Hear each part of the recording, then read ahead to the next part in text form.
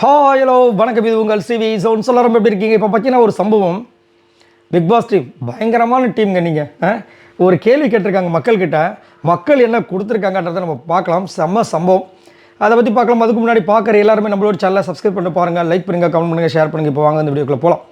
So இதுக்கு முன்னாடி இந்த ஃபேன் ஜோன் போல்னு உங்களுக்கே தெரியும். அது எப்பயுமே நடக்கும் வாரம்.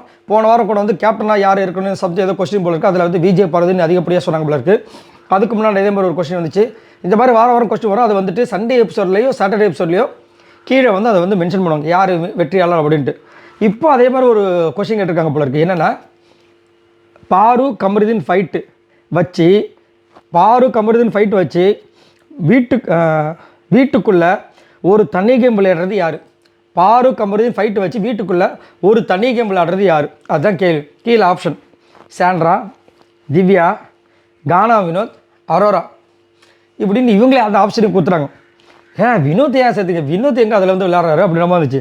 அரோரா ஓகே, திவ்யா கொஞ்சோண்டு, அவங்களே பெருசாக சொல்லும்போது கொஞ்சோண்டு. ஆனால் அவங்களோட நினைப்பு பாருங்கள்.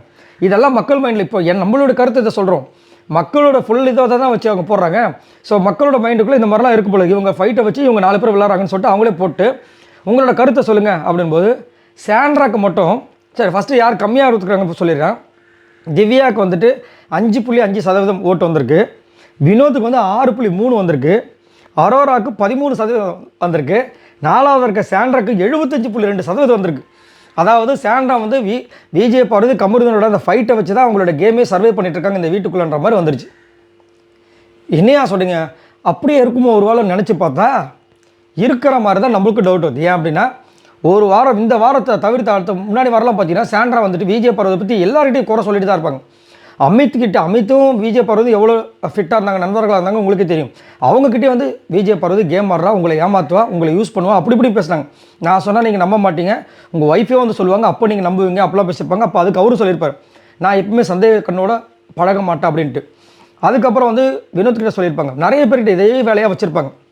அதுக்கப்புறம் திடீர்னு பார்த்தீங்கன்னா அந்த சேவ்ன்ற ஒரு விஷயம், யார் வந்து சேவ் பண்ண, யார் வேண்டும் யார் வேண்டாம், அதில் விஜய் பார்வதி ஒரு கரெக்டான ஒரு அனாலிட்டிக்கை சொல்லும்போது அவங்களும் ரொம்ப வருத்தத்தில் இருந்தாங்க. இவங்க சொன்ன உடனே டப்புன்னு 2 பேர் ஹக் பண்ணாங்க. அப்போத்துலேருந்து பார்த்தீங்கன்னா கமருதீனை பற்றி பேசிகிட்டே இருப்பாங்க.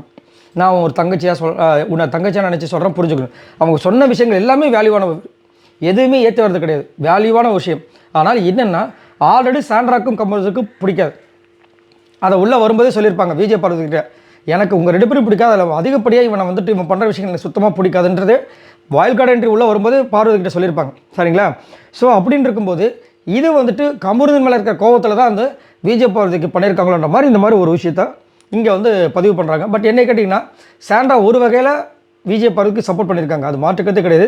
அதை விஜய் பார்வதி வேல்யூ பண்ணுறாங்க. நேற்று கூட கமருதீன்கிட்ட சொல்லியிருப்பாங்க, அவங்க எனக்கு எமோஷனலாக சப்போர்ட் கொடுத்துருக்காங்கடா, நீ அவங்கக்கிட்ட ஏன் சண்டை போடுறேன்னு கேட்டிருப்பாங்க. ஆனால் இங்கே என்னென்ன நேற்று சாண்ட்ரா வந்து விஜய் பார்வதி இனிமேல் என் கூட வராத வேலை வச்சுக்காது, சத்தியமாக கூட பேச மாட்டேன் அப்படி இப்படின்னு போயிருப்பாங்க.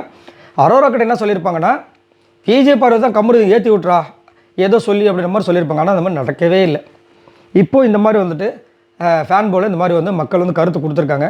இதை பற்றி உங்களுக்கு என்ன தோணுதுன்னு சொல்லுங்கள். சாண்ட்ரா தான் அதிகப்படியாக வந்து இதை யூஸ் பண்ணுறாங்க, கமருதீன் விஜய் பார்வதி ஃபைட் அப்படி போட்டிருக்காங்களே, இதை பற்றி உங்களோட கருத்து சொல்லுங்கள். பாய் நண்பர்களே.